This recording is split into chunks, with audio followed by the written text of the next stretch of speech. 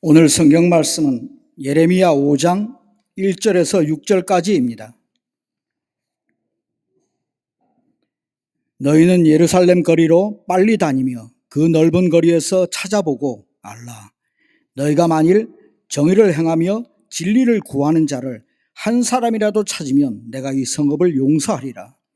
그들이 여호와께서 살아계심을 두고 맹세할지라도 실상은 거짓 맹세니라. 여호와여, 주의 눈이 진리를 찾지 아니하시나이까. 주께서 그들을 치셨을지라도 그들이 아픈 줄을 알지 못하며 그들을 멸하셨을지라도 그들이 징계를 받지 아니하고 그들의 얼굴을 바위보다 굳게 하여 돌아오기를 싫어하므로 내가 말하기를 이 무리는 비천하고 어리석은 것뿐이라. 여호와의 길 자기 하나님의 법을 알지 못하니 내가 지도자들에게 가서 그들에게 말하리라. 그들은 여호와의 길 자기 하나님의 법을 안다 하였더니 그들도 일제히 멍에를 꺾고 결박을 끊은지라. 그러므로 수풀에서 나오는 사자가 그들을 죽이며 사막의 이리가 그들을 멸하며 표범이 성읍들을 엿본즉 그리로 나오는 자마다 찢기리니 이는 그들의 허물이 많고 반역이 심함이니이다. 아멘.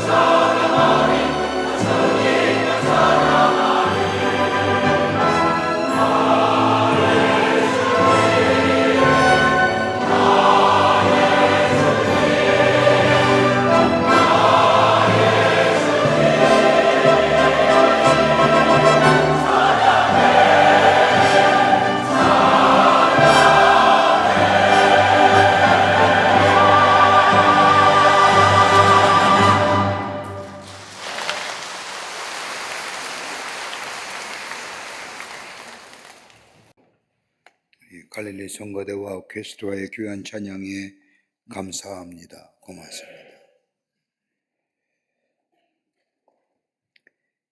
성경에 나타난 신앙 고백을 간추려 요약한다면 아마도 세 가지의 것으로 요약할 수 있을 겁니다. 우리 성경 전체를 말씀을 읽으면서 세 가지의 신앙 고백이 나오는데, 하나는 하나님께서 천지를 창조하셨다는 겁니다. 이게 우리 신앙교회의 제1조입니다. 이 세상을 창조하실 뿐만 아니라 하나님은 인류의 역사를 주관하고 계신다는 겁니다. 세상을 창조하시고 그냥 내버려 두는 것이 아니라 하나님께서는 지금 이 순간에도 인류의 역사를 주권적으로 이끌어 가신다는 겁니다. 이것이 우리의 신앙 고백의 제1조입니다. 믿으십니까? 이 고백이 없으면 우리의 온전한 신앙인이 아닙니다. 두 번째가 있다고 한다면 하나님께서는 사람을 창조하시고 사람으로 하여금 하나님의 법에 따라 자유의 만물을 다스리게 하셨다는 겁니다. 이것이 우리의 또한 신앙 고백입니다. 그냥 떠맡기시고 내버려 두시는 것이 아니라 만물을 주관하시는 하나님께서 창세기에 하신 말씀처럼 만물을 다스리게 하셨다는 겁니다. 다른 말로 말하면 책임적인 존재로 살아가게 하셨다는 겁니다. 또 하나의 고백이 있다고 한다면 하나님께서는 특별히 사람들을 통하여 역사를 이끌어가게 하신다는 겁니다. 하나님께서는 당신이 쓰시고자 하는 사람들을 통하여 그의 인격이나 그의 감정이나 그의 지식이나 혹 좋은 감정이든 나쁜 감정까지라도 하나님께서는 10분 활용하시어 하나님의 뜻하신 바를 이루어 가신다는 겁니다. 이것이 성경 속에 나타난 우리의 신앙의 고백입니다. 그런데 세계 역사에 보면 나라에 흥할 때가 있고 망할 때가 있음을 보게 됩니다. 그런데 흥할 때 역사와 망할 때 역사는 분명한 차이점이 있습니다. 여러분, 경제적으로 가난해서 나라의 국운이 기울어져 가는 것이 아닙니다.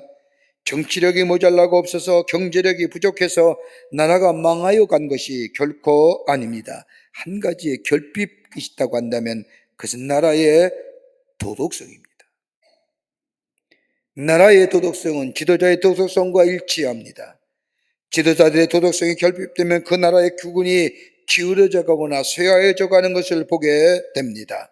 도덕이 타락하면, 도덕성이 타락되면. 여러분, 한 사람의 인격도 마찬가지입니다. 지식이 있으면 뭘 합니까? 능력이 있고 모든 것이 다 갖추은 한들 도덕성에 문제가 있다고 한다면 그의 지식도 그의 능력도 그가 가진 모든 것도 아무것도 아닐 겁니다. 여러분, 한 사람의 인격을 따짐에 있어서 그 사람이 어느 대학을 나왔느냐, 지식이 있느냐, 기술이 있느냐, 이것이 문제가 아니라 그 사람을 믿고 신뢰할 수 있느냐라는 것은 인격의 척도와도 같습니다. 그러게 신뢰의 문제는 그 사람의 인격 속에 있는 도덕성과 더불어 정직함이 문제입니다. 그러게 도덕성과 더불어 정직성은 우리의 행위로 나타나게 되고 이것은 그 지도자의 신뢰와의 문제와도 연관되어 있습니다. 그런데 여러분, 사람의 인격의 변화와 도덕성의 새로워짐과 정직성의 회복이 그냥 저절로 이루어지는 걸까요? 여러분, 인간의 변화가 저절로 이루어집니까? 나이가 들면 들수록, 경험이 많으면 경험치가 많으면 많을수록, 지식의 깊이가 깊어지면 우리의 인격이 변화되더란가요? 우리의 본성은 결코 변화되기가 쉽지 않습니다. 혹자는 인격의 성정이 마치 마술적 변화로 생각하는 사람이 있습니다. 오늘 한번 기도한다고 해서 우리의 모든 것이 확 변하기 바라는 마음, 마치 마술사들이 얕하면 무엇인가 변하여 나타나는 것 같은 변화, 여러분, 이 인격에는 해당되지 않습니다. 이러한 신앙의 변화를 원한다고 한다면 이 신앙은 미신적인 신앙이요 기복적인 신앙인 겁니다. 여러분, 인격의 변화란 것은 마술적인 변화나 기계적인 변화로서 이루어진 것이 아니라 단 한 가지의 것만이 우리를 변화시키고 새롭게 하는데 다름이 아니라 그 안에 예수 그리스도가 계실 때에, 그리스도 중심이 되게 될 때에 그 삶에 변화가 있고 온전한 변화를 가져오게 됩니다. 여러분, 성경에 나타난 인물들을 보십시오. 야곱이 그러했습니다. 베드로가 그러했고 바울이 그러했으며 성경에 나타난 하나님의 쓰임받은 사람들, 많은 사람들은 다 그 속에 예수가 계실 때에 그와의 삶 속에 새로운 인격의 변화를 가져오고 그로 인하여 하나님의 사람으로 하나님의 거룩한 역사에 쓰임받았던 것을 보게 됩니다. 여러분, 오늘 읽은 본문의 말씀은 하나님께서 에레미야를 통하여 이스라엘 백성을 향한 예언의 말씀의 내용입니다. 여러분, 에레미야서의 전체의 주제는 단 이 한 가지입니다. 너는 가서 외쳐라. 저 이스라엘이 망한다고. 그러나 구원은 하나님께만 있다는 것을 외치라고 말씀하시는 것이 바로 에레미야서의 주제입니다. 에레미야가 전한 하나님의 메시지는 예루살렘은 망한다는 겁니다.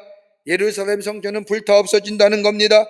그리고 이스라엘 백성은 바벨론에 70년간이나 노예로 포로로 잡혀갈 것이라는 겁니다.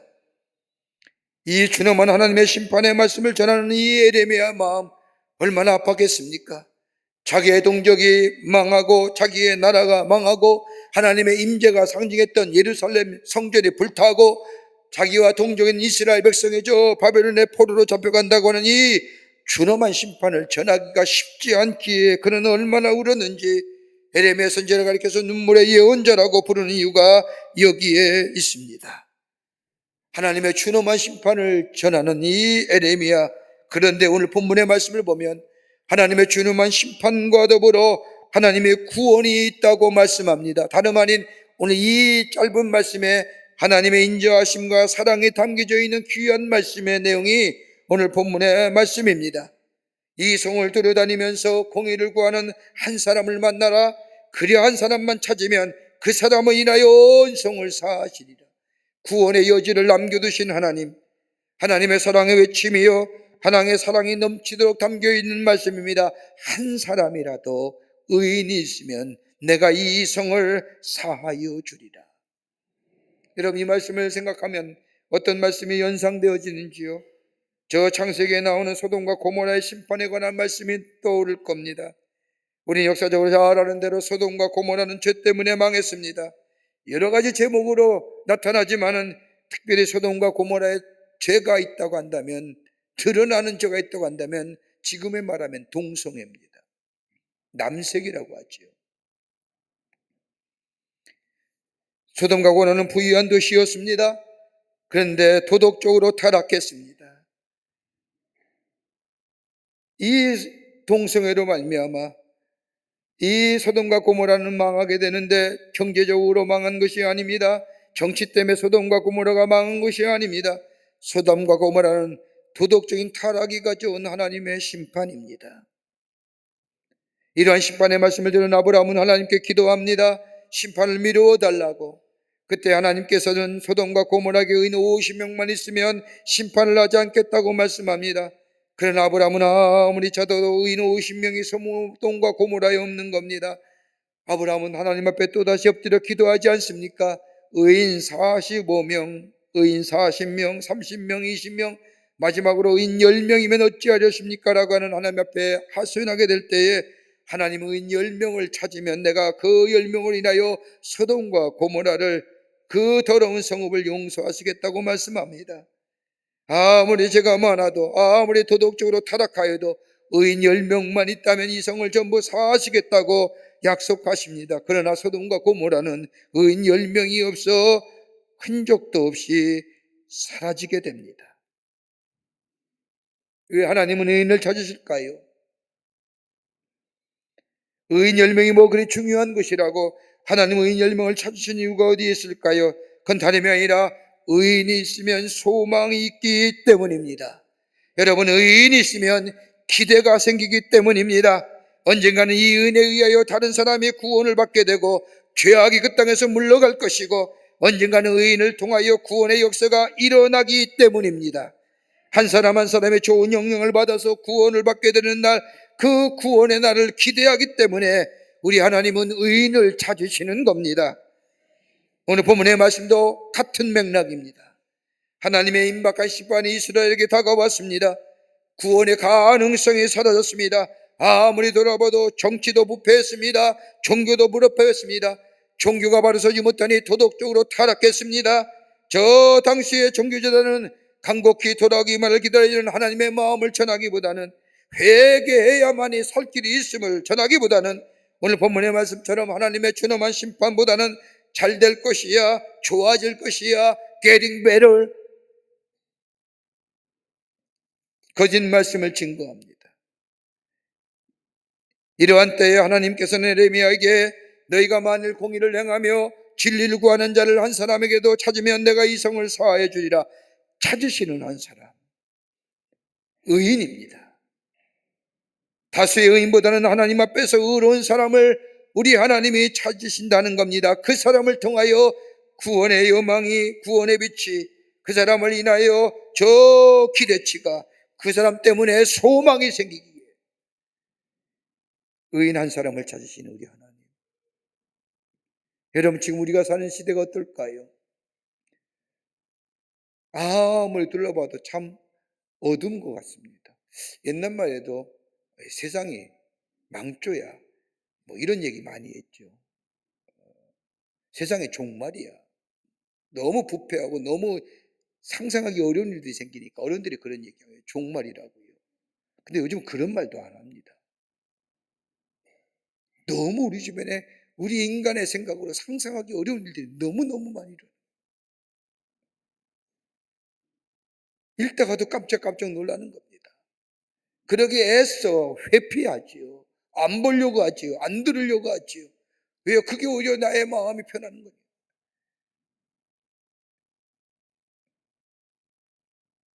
이 세를 정령 구원할 길이 어디 있을까요? 하나님의 구원의 계획이 있는데, 하나님의 구속사의 큰 뜻이 이 땅에 있는데 누굴 통하여? 의인을 통하여. 여러분, 지금의 시대는 다수의 의인보다는 한 사람의 의인이 필요한 사람. 저 하나님의 이름을 통하여 한 사람의 의인이라도 내가 이성을 사하시겠다고 하는 말씀처럼 오늘 정녕 한 사람의 의인이 필요한데, 오늘 그 사람이 오늘 우리가 되어야 할 것인데 어떤 의인일까요? 하나님이 찾으시는 의인은 어떤 사람일까요? 오늘 본문의 말씀을 통하여 함께 말씀을 나누며 함께 은혜 받기를 원합니다. 첫째는 공의를 행하는 사람입니다.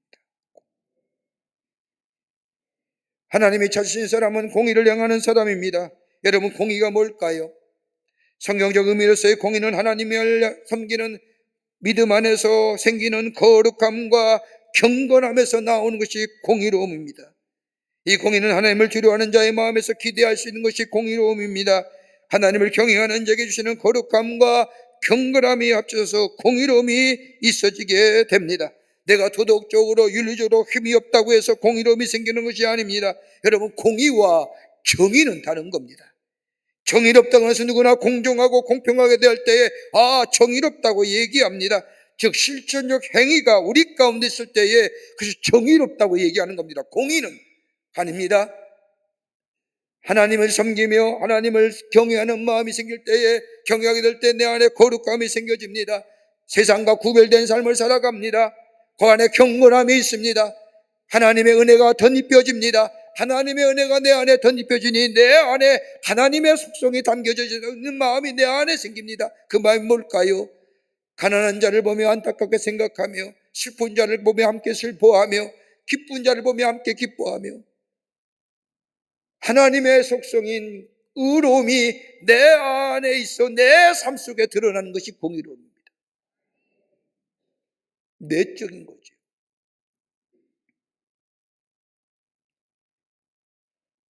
공의로움은 자기의 실적 행위에서 얻어지는 겁니다.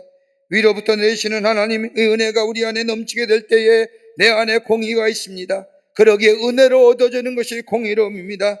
하나님의 공평하심과 하나님의 절대의심을, 의로우심을 가리켜서 공의라고 말하는데, 하나님을 경외하며 하나님 앞에 거룩함과 더불어 경건한 삶이 내 안에 있게 될 때에 그 하나님의 공평하심과 절대의로우심이 내 안에 담겨져 세상을 볼 때마다 공평과 의로움으로 살아가는 삶을 얘기하는 겁니다. 여러분, 말씀 읽고 들을 때에 하나님을 경외하는 믿음이 생겨납니다. 그 믿음이 우리를 거룩하게 하고 우리를 의롭다 하십니다. 여러분, 이 의는 절대적인 의미 아닙니다. 예수를 믿는 믿음으로 우리를 의롭다 여기시는, 우리의 죄를 사하심으로 우리에게 주시는 의로움입니다. 이 의로움은 전적인 하나님의 은혜입니다. 이 은혜가 내게 있을 때에 그 거룩함과 경건함 속에 하나님의 공평과 하나님의 의로움이 내 안에 임하여 그 하나님의 마음 가지고 세상을 보며 의로움과 그리고 공평함으로 살아가는 실천적인. 여러분, 예수를 믿는 믿음의 사람들의 모습은 대체로 두 가지 유형으로 나눈다고 합니다. 나누어 볼 수가 있습니다. 하나는 다름이 아니라 하나님께서 모든 것을 주도하시고 우리는 그 역사에 응답한다고 믿음으로 가지고 사는 사람, 이런 사람은 철저하게 은혜 중심의 세계관을 가지고 사는 겁니다. 모든 것이 하나님의 은혜입니다. 모든 일 가운데 언제든지 하나님의 은혜 안에서 생각하고 우리 안에서 판단하며 은혜 안에서 해석합니다. 그리고 비록 내 삶에 지금 어려움다 할지라도 다 하나님의 은혜로 이루어진 것이고 그 하나님의 은혜는 궁극적으로 합력하여 서로 이룬다고 믿음을 가지고 사는 삶의 세계관을 가진 사람들, 은혜 중심의 세계관입니다. 그러게 이것도 사랑이고 저것도 사랑이고, 혹 내가 병들었다 할지라도 하나님이 나를 사랑하시게 해주시는 하나님의 은혜라 생각하며, 혹 내가 실패했다 할지라도 그 실패의 자리에서 나를 교만하지 하게 하는 하나님의 특별하신 은혜라, 하나님이 나를 새롭게 세워주실 것을 믿고 그것을 은혜로 받아들이며 은혜로 해석하며 살아가는 사람, 이게 바로 믿음의 사람이요 은혜 중심의 세계관의 사람입니다. 그러기에 이런 삶에 늘 찬송이 넘칩니다. 내게 베푸신 하나님의 은혜를 끊임없이 간증합니다. 그 은혜가 있음으로 내가 있음을 확신합니다. 그렇게 늘 기쁨인 거예요. 또 하나의 신앙의 모습이 있다고 한다면, 인간의 모든 것을 주도하고 하나님은 그 인간의 행위에 보상하고 계신다고 하는 신앙의 모습입니다. 이러한 세계관은 철저하게 보상주의, 인과율, 인본주의 신앙입니다. 내가 신실하게 사니까 복을 받는 것이고, 내가 선한 일 하니까 하나님께서 은혜를 주시는 것이고, 내가 거룩하게 사니까 하나님이 영접해 주신다고 하는 삶, 내가 하나님께 범죄함으로 벌을 받고 내가 하나님 앞에 잘못했으니까 심판을 받는다, 모두가 다 인간이 중심이고 자기 본위로 해석하는, 그리고 인간의 역사도 인간 중심의 세계관의 역사, 언제나 듣더라도 나 중심으로 듣는 겁니다. 그리고 보상 중심입니다. 자기가 중심인 사람에는 언제나 보상에만 관심이 있습니다. 이런 일을 했으니까 하나님이 기뻐하시고 보상해 주시겠지, 내가 이런 일을 저질렀으니까 하나님이 심판하시겠지. 여러분, 자기 중심의 신앙을 가진 사람은 철저하게 인본주의적이며 여기는 언제나 보상과 심판만 생각합니다. 이러한 믿음에는요 가장 위험스러운 요소가 하나 있어요. 자기 의에 빠져요. 여러분, 하나님이 정녕 이런 분일까요? 하나님이 정녕 이런 분이실까요? 내가 어떠한 일을 해서 그로 인하여 기뻐하시고 분노하신 하나님이 내가 믿는 하나님이실까요? 그렇다면 하나님의 사랑은 어디에 있을까요?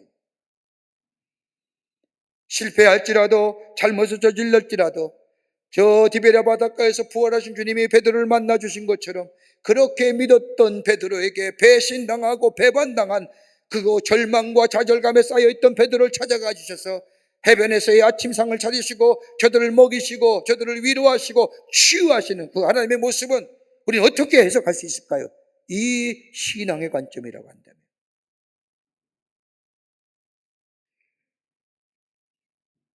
여러분, 하나님의 사랑은 신실하신 사랑입니다. 변함이 없으십니다. 이 하나님의 사랑이 넘쳐나니 다른 사람의 아픔과 다른 사람의 슬픔도 함께 할 수 있는 겁니다. 다른 사람을 긍휼히 여기는 마음이 생겨집니다. 다른 사람의 용서하는 마음이 있어지게 됩니다. 이것이 바로 하나님이 찾으시는 사람이라. 공의로운 자, 거짓과 위선이 없는 하나님 앞에 정직한 마음, 하나님을 경외하는 마음에 거룩함과 경건함이 있어지고 그 거룩함과 경건 속에 하나님의 속성인 하나님의 공평과 의로우심이 내 안에 있어 내 삶 속에 공평과 의로움으로 실제적 행위를 가지고 다른 사람을 향하여 아픈 자, 외로운 자, 고독한 자, 소외된 자의 사랑을 베풀며 함께 나눌 수 있는 이 공의로운 자, 이 하나님이 찾으시는 한 사람입니다. 이 사람을 통하여 하나님은 구원의 역사를 세워 가시겠다는 겁니다.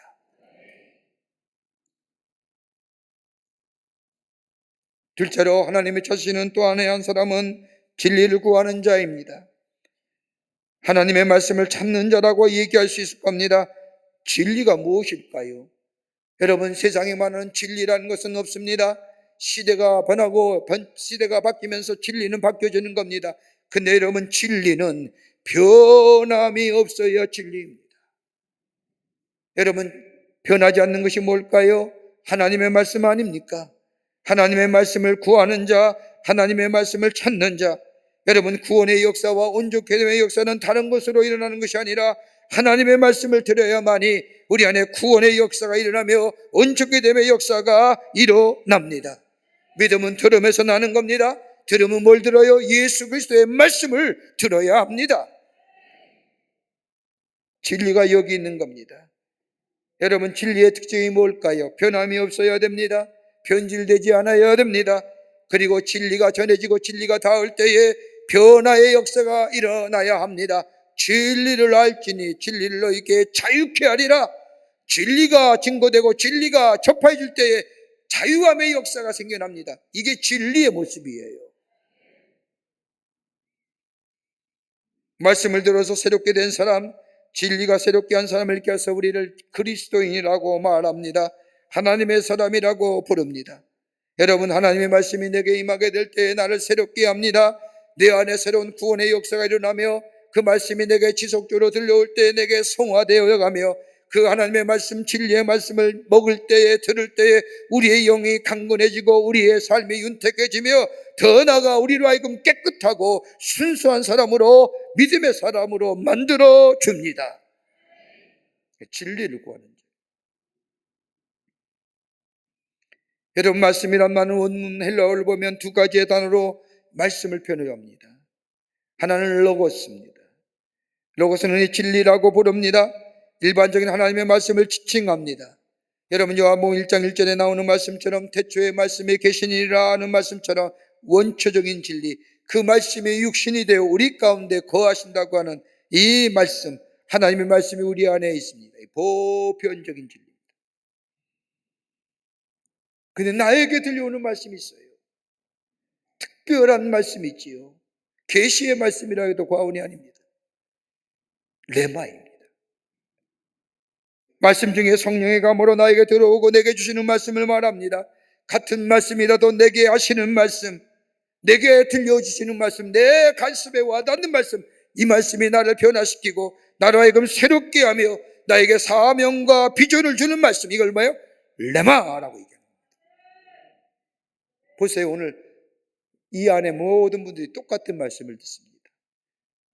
어떤 분은 그 말씀이 내게 들려오는 나의 말씀 같고, 어떤 분은 그냥 하나님의 말씀으로 듣습니다. 나의 말씀으로 듣고 내 말씀으로 깨닫는 것은 그 말씀이 레마입니다. 아, 나에게 주시는 말씀. 내가 오늘 이 말씀을 들었습니다. 아, 내가 정말로 하나님의 한 사람의 한 사람, 공의를 구하고 진리를 구하는 자의 삶, 그게 바로 나의 삶의 모습이 되었다고 내 안에 그 말씀을 받아들이며 깨달음이 있게 될 때에 그것이 바로 그 말씀이 내게 주시는 레마의 말씀입니다.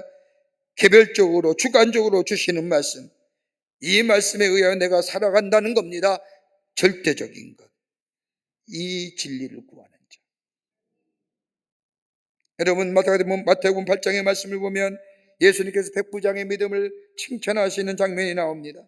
로마의 백부장이 자신의 아인이 병들었음을 안타깝게 생각하고 한 번도 만난 적이 없는 저 갈릴리의 저 청년, 로마의 정권으로 보면 참으로 위험스러운 청년 예수라고 하는 사람에게 이 로마의 백부장이 찾아와 무릎을 꿇고 말합니다. 내 아인의 병을 고쳐주십시오. 이 말을 들으신 예수님께서 그래 너희 집에 가자고 얘기할 때에 백부장이 말합니다. 아닙니다. 우리 집은 로마 사람의 집입니다. 우리 집에 가면 저 가이사 왕자의 초상화도 있고 우상도 있습니다. 예수님을 모실 만한 형편이 되질 못합니다. 더구나 만약 예수님께서 우리 집에 오신다고 한다면 로마의 사람 집에 들어갔다고 엄청난 비난을 받으실 것이 분명한데 우리 집은 주님이 오실 곳이 못 됩니다. 그런데 말씀만 하시옵소서. 그러면 내 아인이 듣겠습니다. 무슨 의미일까요? 내게 나의 말씀 주십시오. 그러면 이 말씀이 내 하인의 병이 나을 겁니다. 이 말씀은 예수님께서 백부장의 믿음을 칭찬하시지 않습니까? 내가 이스라엘 사람 가운데 이만한 사람, 이만한 믿음의 사람을 만나본 적이 없느냐. 무슨 말씀이에요? 내가 그렇게 하나님의 나라의 복음을 전하는데 그 복음을 받아들인 사람이 나의 복음으로 받아들인 사람이 없다는 거예요.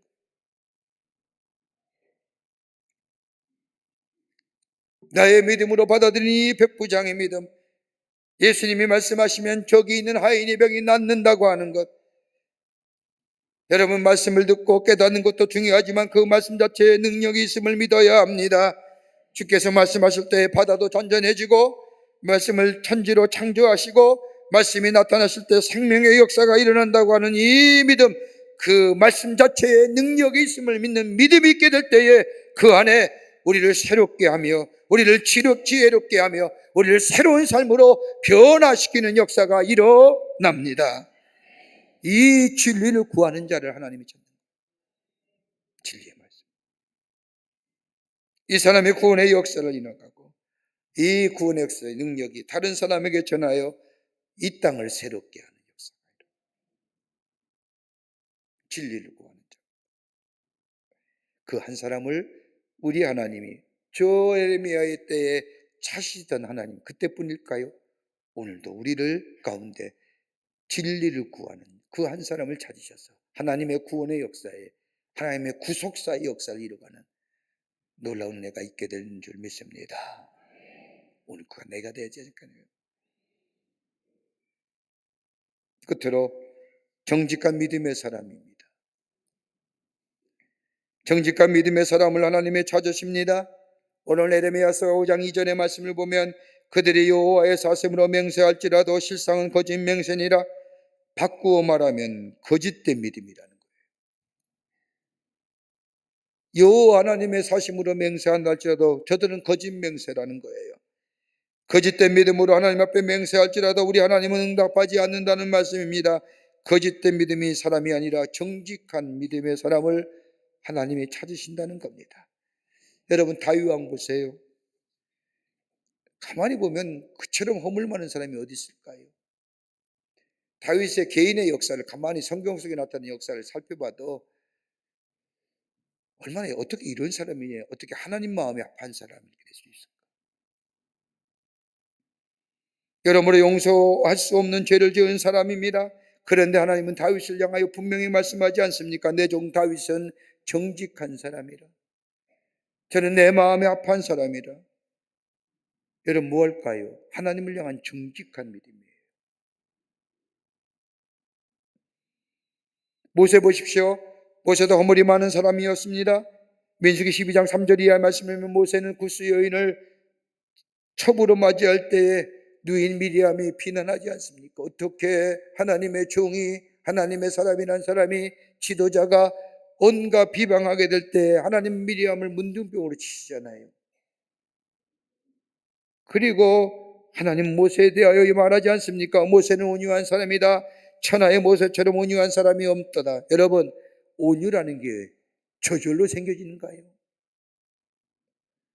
여러분 온유라고 하는 성품은 믿음이 없이는 불가능합니다. 내 안에 믿음이 없으면 온유함이 쉽지 않아요. 하나님을 믿고 하나님의 주관자 되심을 믿고 하나님의 심판자 되심을 믿고 하나님의 인도자 되심을 믿고 하나님에 대한 전적인 주권을 의지하는 사람이 다른 사람에 대하여 내 안에 온유할 뿐만 아니라 다른 사람에 대해서 온유할 수 있는 거지요. 여러분 이 믿음이 없으면 어떻게 사람이 매일매일 온유한 인생을 삽니까? 그런데 하나님은 모세를 향하여 온유한 사람이다. 여러분 야곱 보세요. 여러분 이처럼 참으로 뭐랄까요? 간교한 사람이 있을까요? 그가 가는 곳마다 분란의 사람이에요. 그가 있는 곳마다 분란이 일으켜요. 아버지와 형과 자신의 분란이 있지요. 저 삼촌의 집에 가서 삼촌과의 불화가 있었죠. 그가 있는 곳마다 불화되는 인생, 싸움터가 된 전쟁터가 되는 사람. 근데 그가 하나님을 만난 후에 하나님의 사람이 된 후에 야곱의 이름을 그냥 야곱이 안 불렀잖아요. 이스라엘. 나중에 뭐예요? 야곱의 하나님이라고 하잖아요.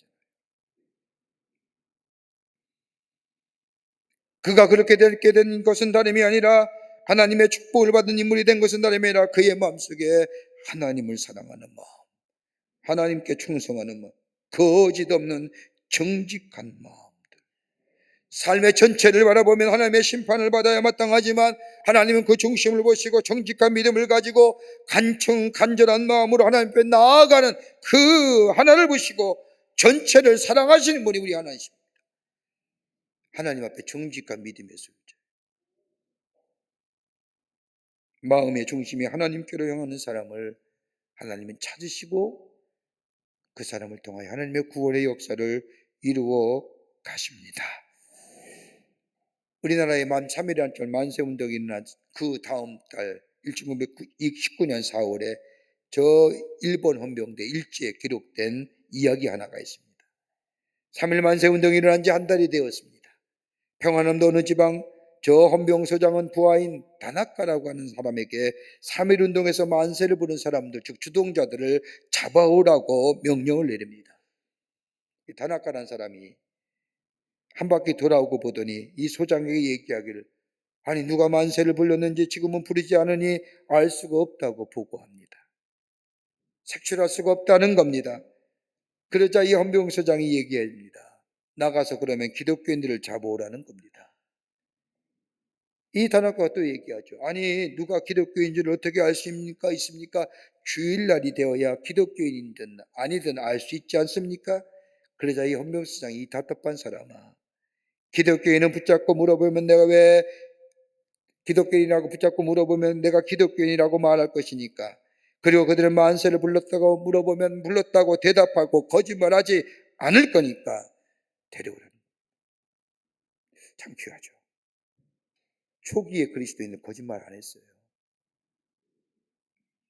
내가 하나님의 사람임을 정정당당히 얘기했어요.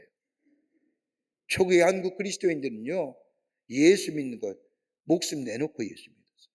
숨기지 않았어요. 교회 나가는데 더듬거리지 않았단 말이에요. 너 교회 가니?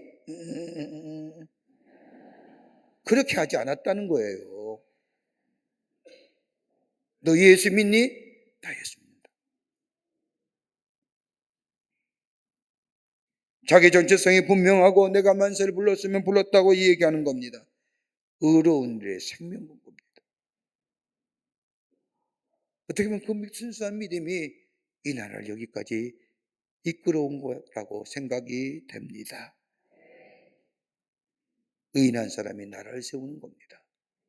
의인한 사람이 민족을 살게 하는 겁니다. 그 믿음이 어떤 믿음이에요? 공의로운 자입니다. 공의를 행하는 자. 정의를 행하는 게 아니에요. 공의를 행하는 자. 진리를 구하는 자, 정직한 믿음의 사람이 될 때에 그 한 사람을 통하여 그가 속한 공동체를 새롭게 하고 거기에 생명의 역사를 놓아가는, 그리고 나라와 민족을 살리는 위대한 일들을 한 사람을 통하여 이루어져가는 역사가 있게 됩니다. 오늘 주님이 그 한 사람을 찾으시는데 여러분과 저가 그 한 사람 되기를 축원합니다. 그 한 사람이 나라를 세우는 겁니다. 그 하나님 앞에 쓰임받는 한 사람이 되기를, 여러분과 저가 되기를 주의 이름으로 축원합니다. 하나님 감사합니다. 저희들 주께서 사랑해 주셔서 하나님의 자녀 삼으심에 감사합니다. 어두운 때에 남들이 다 미래가 보이지 않는다, 절망이라 할 때에 하나님 우리를 부르셔서 하나님의 사람으로 세우셨습니다. 우리 안에 진리를 구하게 하시고 공의를 베풀게 하시며 아버지 하나님이여 하나님의 주시는 놀라운 은혜 안에서 아버지 하나님의 정직한 믿음의 사람 되어 하나님이 쓰시는 한 사람 되어 하나님의 구원의 역사를 이루어가는 저희들로 삼아 주시옵소서. 성령이 도우시고 인도해 주실 줄 믿으며 예수님의 이름으로 기도하옵나이다. 아멘. 지금은 우리 주 예수 그리스도의 크신 은혜와 하나님 아버지의 한량 없으신 사랑하심과 우리 안에 내재하시며 역사하시며 구원의 완성을 이루어가시는 성령님의 놀라운 능력의 역사가 거룩한 주의 날, 주의 전을 너와 마음과 정성을 모아 하나님 앞에 예배하며 주신 말씀 가슴에 새겨 하나님의 기뻐하시는, 하나님의 차시는 한 사람 되어 하나님의 구원의 역사를 노하기로 새롭게 결단하고 저 세상을 향하여 나아가는 우리 모든 광림의 권속들과 영상을 통하 예배에 전념한 하나님의 거룩한 백성들 위해 주께서 지금으로부터 영원토록 함께 하시기를 간절히 축원하옵나이다. 아멘.